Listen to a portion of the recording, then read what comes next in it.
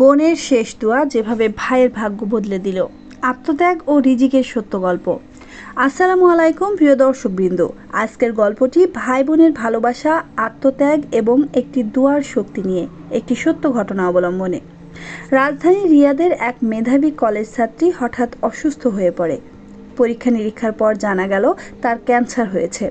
চিকিৎসকরা দ্রুত উন্নত চিকিৎসার জন্য আমেরিকা যাওয়ার পরামর্শ দিলেন, কিন্তু পরিবার আর্থিকভাবে অক্ষম। তাছাড়া অনেকেই মনে করছিল এত খরচ করেও হয়তো ফল আসবে না। মেয়েটির বাবা মা আগেই ইন্তেকাল করেছেন। বড় পরিবারে সে ছিল একমাত্র সহোদর ভাইয়ের আপন বোন। মৃত্যুর মুখোমুখি দাঁড়িয়ে সে ভাইকে বলল, শেষবারের মতো চেষ্টা করো।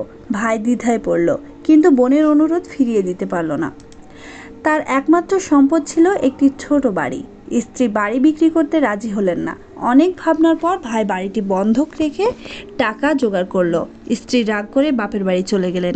ভাই প্রায় 6 মাস বিদেশে চিকিৎসা চালালো, কিন্তু শেষ পর্যন্ত বোনটি ইন্তেকাল করলো। এর মধ্যে চাকরিটাও চলে গেল। দূতাবাসের সহায়তায় বোনের লাশ নিয়ে দেশে ফিরল সে। আয়ের কোনো পথ না পেয়ে ট্যাক্সি চালানোর কাজ শুরু করলো। বাড়ি বন্ধক, স্ত্রী দূরে, জীবন যেন অন্ধকারে ঢেকে গেল। এক রাতে বোনের কথা মনে করে সে কাঁদছিল। মৃত্যুর আগে বোন দুহাত তুলে দোয়া করেছিল, হে আল্লাহ, আমার জন্য আমার ভাই সব হারিয়েছে, তুমি তাকে বৃষ্টির পানির মতো অঢেল সম্পদ ও সম্মান দিও। ভাই দীর্ঘশ্বাস ফেলল, আমি কি ভুল করলাম? এভাবেই রাত কেটে গেল। পরদিন সকাল এক আত্মীয় এসে খবর দিল, এক নিঃসন্তান আত্মীয়ের সম্পত্তির অংশীদার হয়েছে সে কালালা বিধান অনুযায়ী। খোঁজ নিয়ে দেখলো এয়ারপোর্ট সংলগ্ন বিশাল সম্পত্তি তার নামে এসেছে। সে সম্পত্তির কিছু অংশ বিক্রি করে প্রথমে বাড়ি বন্ধক মুক্ত করলো।